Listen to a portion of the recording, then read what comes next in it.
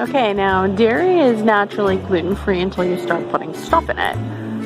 One brand I just always stick with is Daisy, because if you check the ingredients, there's usually like 3, and that's it. If there's that many, usually it's only 1 or 2.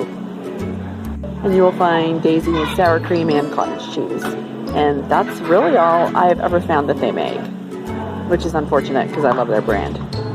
Most yogurt is gluten-free except for all the stuff they put in it, so make sure you check the label. They are very nicely noted whether they're gluten-free or not. A lot of the Oikos are gluten-free, a lot of the Chobani are gluten-free, Light and Fit, which is also Dannon, Tillamook. But again, there are certain ones that have, like especially the ones that have toppings separately, those will not be gluten-free.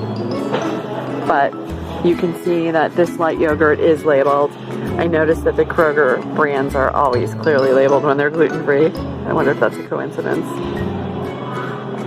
You can tell that's humor, right? These Chobanis are labeled gluten-free, but I know a lot of the Light and Fit ones are also gluten-free.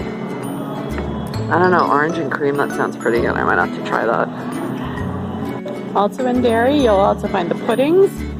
Cozy Shack, all of their products are gluten-free. You can't go wrong with them. So, load up. They are not labeled on the display as such, which is unfortunate, but they are gluten-free. Eggs, of course, are naturally gluten-free.